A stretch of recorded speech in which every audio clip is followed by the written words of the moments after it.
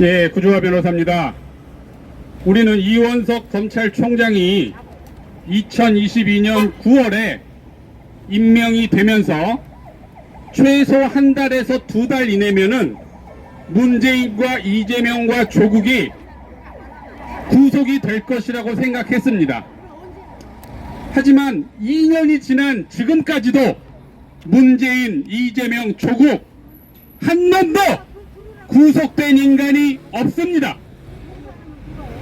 하라는 수사는 안 하고 우리는 지금 이 땡볕에 나와서 기자회견 발언하고 있는데 이원석 검찰총장은 지금 어디서 뭐 하고 있는지 모르겠습니다. 또 영화 보고 있는 거 아닙니까 지금? 자, 이 세 명에 대해서 제가 간략하게 말씀을 드리겠습니다. 수사 진행 상황이 어떤지요. 이재명을 보면요, 지금까지 저러고 돌아다니는 게 기적입니다. 지금 대장동, 백현동, 성남FC 사건이 이것만 해도 징역 30년짜리고요. 공직선거법이 징역 1년짜리, 위증교사가 3년짜리, 그리고 어제 기소된 대북 송금이 징역 50년짜리입니다. 이게 합치면 83년짜리예요. 근데 아직까지도 구속이 안 되고, 대북 송금은 그 밑에 이화영, 김성태를 비롯해서 총 5명이 구속이 다 됐는데 저 윗대가리인 이재명만 구속을 안 시키고 그냥 기소를 한 겁니다. 그러면 이재명은 편안하게 자유롭게 재판받으면서 사건 관계자들 다 만나고 돌아다닐 수 있는 것이죠. 재판은 공정해야 되지만 또 공정해 보여야 됩니다. 이거는 전혀 공정해 보이지도 않는 겁니다. 그리고 저는 이 대장동, 백현동 FC에 대해서 구속영장 청구할 때 아주 이상했어요. 왜냐하면 대장동은 중앙지검이 수사했고 성남FC는 수원에서 수사를 했기 때문에 양쪽에서 구속영장 치면은 최소한 하나는 발부가 될 거로 생각했습니다.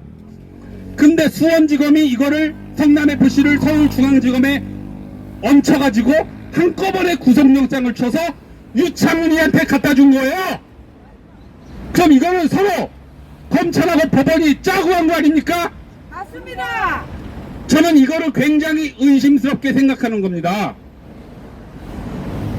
자, 그리고 문재인은 더 심각합니다, 여러분. 지금 문재인이 간첩죄로 두 번의 고발을 당해서 수사 중이에요. 둘 다 자유통일당과 제가 했습니다. 일단 중앙지검에서는 USB 간첩 사건이 지금 2년 동안 썩고 있습니다. 영구 미제 사건이 돼버렸어요. 이미 지난달에 서울행정법원에서 USB 안에는 3급 비밀이 국가기밀로 들어있다라고 공식 선언을 했습니다. 그리고 이걸 제가 중앙지검에다가 증거로 제출까지 했는데 중앙지검장이 바뀌어도, 담당 검사가 바뀌어도 아직까지 끈적도 않고 있습니다. 2년 동안. 이게 다 이원석의 지시 아닙니까? 자, 그리고 또 하나, 한강 지하 해도를, 이거를 또 2019년 1월에 한강 해도 지하 도로를 공동조사를 했대요. 북한하고 공동조사. 그래서 이거를 북한에 또 갖다 넘겨가지고 제가 2달 전에 여기 대검에다 고발했더니 여기는 중앙지검에 떠넘기고 중앙지검은 또 서울경찰청으로 이관을 해서 제가 이틀 전 화요일에 서울경찰청 안보수사대에 가서 고발인 진술을 하고 왔어요. 근데 놀랍게도 여러분, 서울경찰청은요, 이 한강 해도 간첩 사건에 대해서 본격 수사에 착수를 했다는 겁니다. 수사를 했어요. 지금 옮겨받은 지 일주일도 안 돼서 서울경찰청에서 국방부와 해양수산부에다가 이 한강 해도 자료 제출을 요구했다는 겁니다. 벌써. 그럼 여러분, 이거 제출 받으면, 그래서 서울경찰청에서 문재인과 정경두, 김영춘 간첩으로 잡으면 어떻게 됩니까? 이 서울중앙지검은 개망신 당하는 겁니다.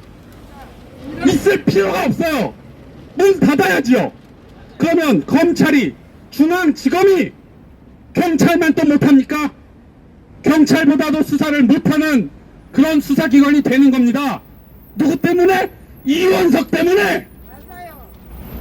이원석 검찰총장 나와요. 당장 여기로 무릎 꿇고 사죄를 하세요. 그 다음에 조민은 어떻습니까?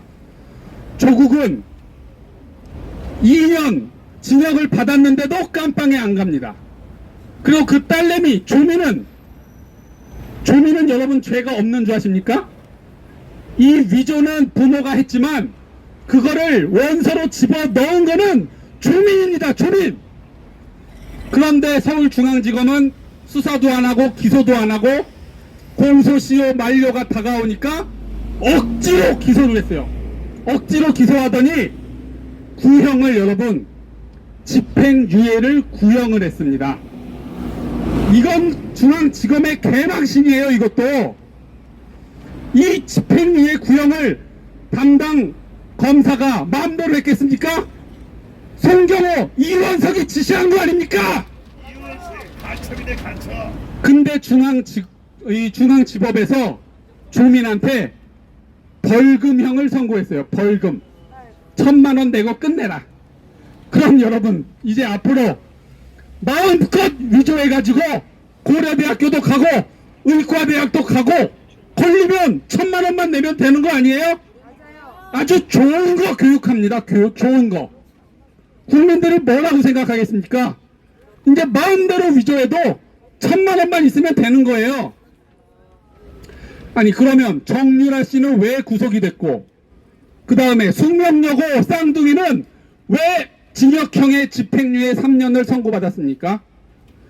나라가 개판도 이런 개판이 없습니다. 여러분, 저 민주당이요, 이원석 검찰총장 욕하는 거 봤습니까? 이것만 봐도 이원석이 누구 편인지가 명확한 겁니다. 근데 이원석이 아주 강력한 수사 의지를 갖고 있는 사람이 한 명 있어요. 그게 누군지 아시죠? 바로 김건희 여사입니다. 김건희 여사. 김건희 여사는 여러분, 물론 최재형하고 히히덕거리고 명품백 받은 건 매우 부적절한 행동이었죠. 하지만 법적으로는 죄가 안 됩니다. 왜? 이거를 받을 때 업무상 청탁이 없었잖아요.